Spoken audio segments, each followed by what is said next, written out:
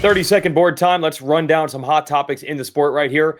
This was really cool coming into Budds Creek, not Unadilla. Unadilla, we had Daxton Bennick race after winning the Nicky Hayden Horizon Award at Loretta's, but we'd already seen Bennick race 2 Pro Motocross races before that. The debut race suddenly became Budds, a race after Loretta Lynn's. We had 3 of them, Casey Cochran, Mark Finnis, and Julian Beaumare, and they rode well. They each scored points. Beaumare at the top.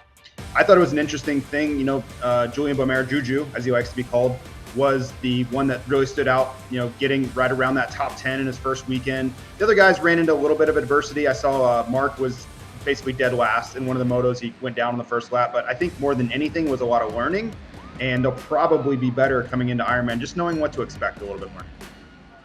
Now, here's what's interesting. I did not know that Beaumare was already signed to go to the full Red Bull factory KTM team next year, full-time. So congrats to him. I don't think Cochran or Finnis, I don't think it's set in stone. We might not see them in Supercross next year. They could still be futures. We don't know yet. So lots to play for at Ironman. So we'll see how that turns out for them. Way back, go about 6-7 years ago, this was the position that Austin Forkner was in. He was the hot shot coming out of the amateur ranks. He was masterful early in his career, tons of injuries. This was encouraging. It's been a long time since we've seen Austin Forkner put up this kind of performance, leading, battling for a podium, ends up 4th overall, and scored huge points for a playoff push. This might get him in. This is what we need. More guys up front. Austin Forkner's ready. Yeah, I think a lot of people forget this is one of the winningest active 250 riders in Supercross that we have. He may be the winningest. And you look at what he's capable of. You look at his form before he went into that stretch of injuries. He was the guy to beat. He was the one battling Dylan Francis and Chase Sexton and these guys for titles. And to see how far he's fallen in the climb he's currently back on to get there, it's a wild story. It's interesting. We both got to talk to him this weekend at Budds Creek, and he's so optimistic. He knows what he's capable of, but he also knows the path that he's gone through over the last few years, and it's just small steps to get back there, but you can really see the progression. If he's going to be even better in 3 weeks in the playoffs, look out. He could win the thing even coming out of the LCQ. That'd be wild. Let's talk playoff points here in the 250 class. It's really intriguing. 2 segments. First, the top 20 riders are guaranteed into the races, and it is Enzo Lopes of the Muck-Off FXR Club MX Yamaha team. I should say clinging to that last spot, but not really. He's just resting in that spot, because Seth Hamaker, with a decent weekend, can overtake him. And then Hamaker, who's ridden well since coming back, would automatically be in the races. And Enzo, I know he's going to race SMX, but he's going to have to do it with the LCQ. I'm a little bummed. His team races outdoors. Enzo, get out there. Race maybe these last 6 motos, 5 points, 10 points. Could have made all the difference. So that's one battle. And then this other one, top 30, we're talking Bennick and McAdoo, who's injured but trying to get in. Forkner, who we already talked about.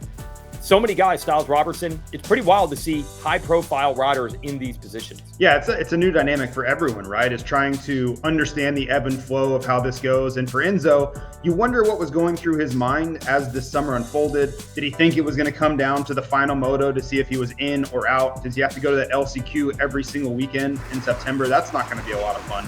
But for Hamaker, he has a great opportunity here. He hasn't raced a lot, right? He just raced these last few outdoors, and he could set himself up to be into these main events, all 3 of them. And we know with his starting prowess and his skill set, he could be a real factor and not have to deal with any of that LCQ drama that these other guys, the Austin Forkners and that's going to be a really tough ask for a few guys to get in out of LCQ weekend after weekend. And they're going to be going for it, right? That the money that's at stake per weekend and for the overall points payout is serious. So if I'm Hamaker, I'm doing everything possible to have my best weekend and lock that spot up. And if you're Enzo Lopes, I don't know what you do. You pray? I'm not sure what the best course of action is here for Enzo, but yes, to your point, maybe they're going to, guys like that are going to rethink their summer plans moving forward. The 0.771 that we have on the screen there, that is the margin of victory at the end with Chase Sexton running down Jet Lawrence. We talked about this at the top of the show, but I just love the setup for Ironman. You and I talked about this on our podcast with Mathis. I don't feel in the Carmichael Stewart perfect seasons before there was this level of threat going into the final round, Sexton versus Jet. Yeah, and I think there's 2 different philosophies for a lot of riders here. When you get down to these final motos, everybody's tired. It's been a really long season, and we still have the SMX playoffs looming. It's hard for some riders to find motivation, right? And Jet has been so dominant all summer long. I think a lot of these riders have just given up. Like they're just, I can't beat Jet. He's starting ahead of us. When he doesn't start ahead of us, he just comes past us and rides away from us. There's not much we can do. That's not where Sexton is. Like, you can see Sexton really thinks he can get this job done. You don't charge the last couple of laps to the rear tire of Jet without that belief, right? Because it would have been very easy for Chase to just lay up, put in a couple of cruise laps at the end, and finish where he was, that 5 to 7 second gap, leave that alone, go into Ironman. But that's not who he is. I talked about it at the beginning of that moto. I could see it in his eyes. He was so locked in. Everybody else was jovial, laughing. They're making jokes, right? The season's coming to an end. That's a typical dynamic on the starting line. Chase wanted no part of that. He was all business, and I don't think he wants to go out without winning a moto. Now, can he get it done? That's for those two to decide. But I think his heart is very much still in this, and he wants to find a way to beat Jet here. Here's why. It's not just about winning one race or ending the perfect season. We all know Sexton and Jet, that is set up to be the rivalry for the future, and the mental game is so important. I'll put it this way, JT.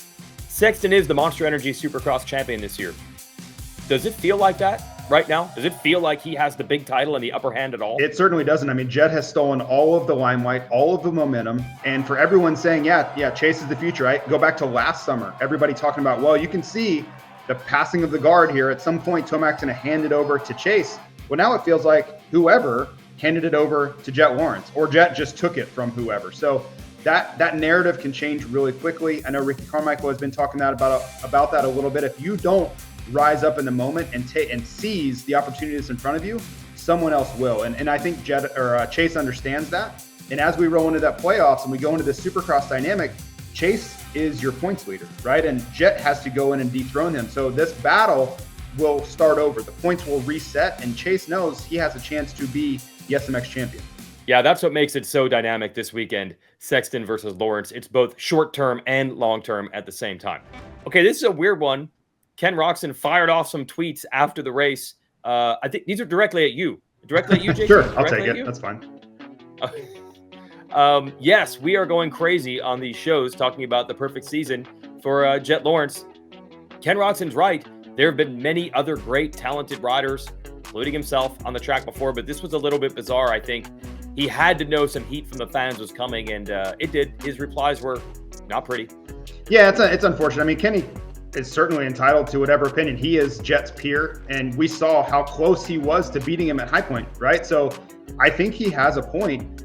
For us, what else are we supposed to say? Jet has been phenomenal, and for us to not sing his praises, I don't feel is really fair either. So it's a tough spot. I don't know for our perspective, I don't know that there's a right move as far as what Kenny wants.